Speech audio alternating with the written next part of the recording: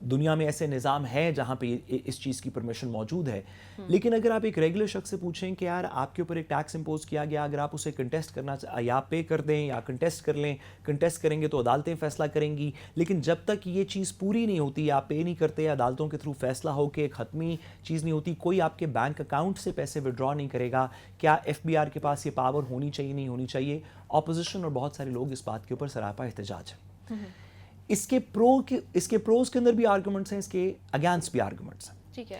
پاکستان ایک ایسی سوسائٹی ہے جہاں پہ تقریباً something close to 3 to 4 billion dollars جو ہے وہ ٹیکسز کی مد کے اندر مختلف سٹیز کے اندر کہتے ہیں پڑا ہوا ہے. ہمارا جو ریگولر ٹیکس ڈیفیسٹ ہے, جو پاکستان کا گورنمنٹ نے خود بتایا, وہ تقریباً 890 بلین روپیز کا اس سال کا ٹیکس ڈیفیسٹ, یعنی کہ جو ہم نے اپنا ٹارگٹ سیٹ کیا تھا اس سے ہم کتنا پیچھے ہیں اس میں, اور ٹارگٹ میں اور ایکچوئل ٹیکس کلیکشن میں کتنا ڈیفیسٹ ہے, تو تقریباً 3 بلین ڈالرز کا ہے.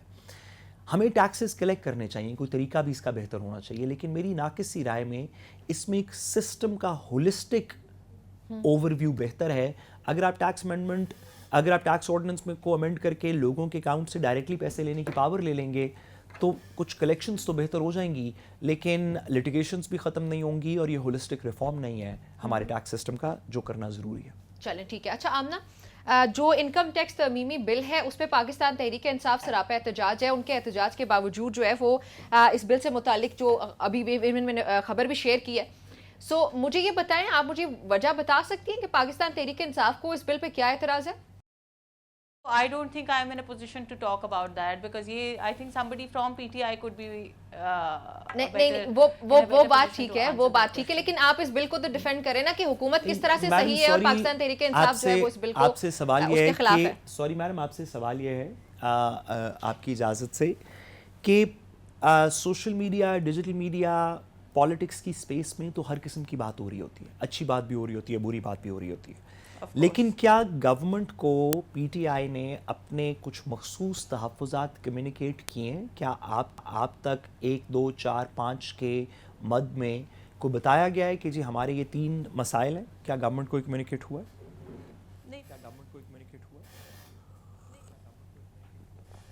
پنجاب اسمبلی بیرسٹر صاحب there has been no such thing. opposition کی طرف سے فیڈرل کا ایشو ہے, کوئی ایسا نہ مطالبہ آیا ہے نہ کوئی ایسا وہ آیا ہے, اور فیڈرل کا جہاں تک ایشو ہے میری اطلاع کے مطابق, اگر انہوں نے کوئی اور چیز دی ہو ابھی بالکل ریسنٹ, میری اطلاع کے مطابق انہوں نے آفیشیلی کوئی ایسی چیز نہیں دی. اچھا ٹھیک ہے. آمنہ دیکھیں ایشو ہمارا تحریک انصاف سے, نمرہ میں ایک اور چیز ایڈ کرنا چاہوں گی, ہمارا ڈے 1 سے جو شکایت رہی, جو گلا رہا, جو پریشانی رہی, وہ یہی رہی کہ ہم اس اپوزیشن کو, چاہے وہ صوبائی حکومتیں ہوں چاہے وہ فیڈرل حکومت ہو, ہر جگہ ہم صرف یہی کہتے ہیں کہ ہم اپنے دروازے کھلے رکھ کے بیٹھے ہیں, صرف اس لیے کہ گورنمنٹ ہو, اپوزیشن ہو, اتحادی ہو, کوئی بھی ہو, ہم چاہتے ہیں کہ سب مل کے کام کریں. اگر آپ کا کوئی کنسٹرکٹیو کرٹیسزم ہے, اگر آپ کا کوئی پازیٹیو انپوٹ ہے, کوئی ایسی چیز ہے جو آپ کے پاس جس کی اور یہ میں نہیں کہہ رہی, یہ ہمارے تمام وزراء ڈفرینٹ موقعوں پہ کہہ چکے ہیں. احسن اقبال صاحب نے کہا کہ ہمارے ساتھ آ کے مل کے کام کریں, ہماری اصلاح کریں, انہوں نے تو اس حد تک کہہ دیا. تو بات یہ ہے کہ اگر ہماری اصلاح کرنا چاہتے ہیں تو اس کا کوئی پازیٹیو انپوٹ دیں, کنسٹرکٹیو کرٹیسزم کریں. Criticism just for the sake of criticism I think بہت زیادہ ہو گیا ہے, اور اب اسپیشلی ابھی ریسنٹ حالات میں جو کچھ ہم نے دیکھا اس کے بعد تو میں سوچتی ہوں کہ it should be a wake up call for all of us. اچھا آمنہ, لیکن یہ جو ترمیمی بل ہے, جو انکم ٹیکس ترمیمی بل, اس کو آپ بتا تو سکتی ہیں نا کہ حکومت کا پوائنٹ آف ویو سے اس کو تھوڑا سا اگر ایکسپلین کر دیں ہمارے ناظرین کے لیے کہ یہ ہے کہ یہ ترمیم کیا کس طرح سے میں نے کیونکہ نہیں, ٹو بی ویری آنیسٹ, جی ٹو بی ویری آنیسٹ, میں نے وہ پورا بل جو ہے خود بذات خود نہیں پڑھا, کیونکہ ہماری اپنی پنجاب اسمبلی کے سیشنز چل رہے ہیں, تو مجھے موقع نہیں ملا کہ میں وہ بل پڑھ سکوں. اگر کسی اسپیسیفک سیکشن کے بارے میں آپ کا کوئی سوال ہے تو I am happy to answer that. اگر کوئی اسپیسیفک چیز آپ چینج اگر آپ مینشن کرتی ہیں تو I am happy to answer that, لیکن میں نے خود ڈیٹیل میں وہ نہیں پڑھا. ٹھیک ہے, میں ساتھ صاحب سے بھی اس پہ رائے چاہوں گی, ان کی بھی آپ کی بھی, اگر کوئی صحیح بات ہے غلط ہے تو پلیز اس کی نشاندہی کیجیے گا. بینکس کے لیے انکم ٹیکس کی شرح 39% سے بڑھا کر 44% کر دی گئی. ساتھ صاحب اس پہ آپ کا کامنٹ. اور حکومت کو قرضے دینے کے لیے قرضے دینے کے بدلے جو بینکس کے منافع پر کس کے لیے ٹیکس کی شرح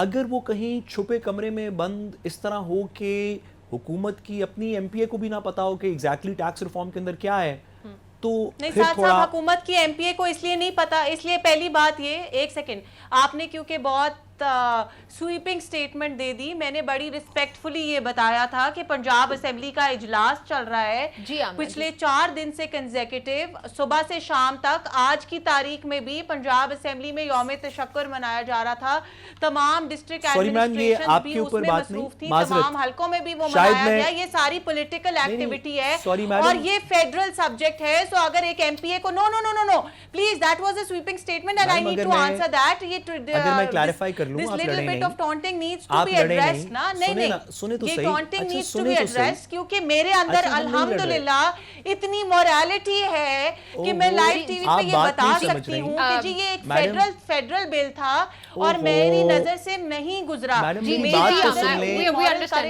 میں لائیو ٹی وی پہ یہ ایکسیپٹ کر سکتی ہوں.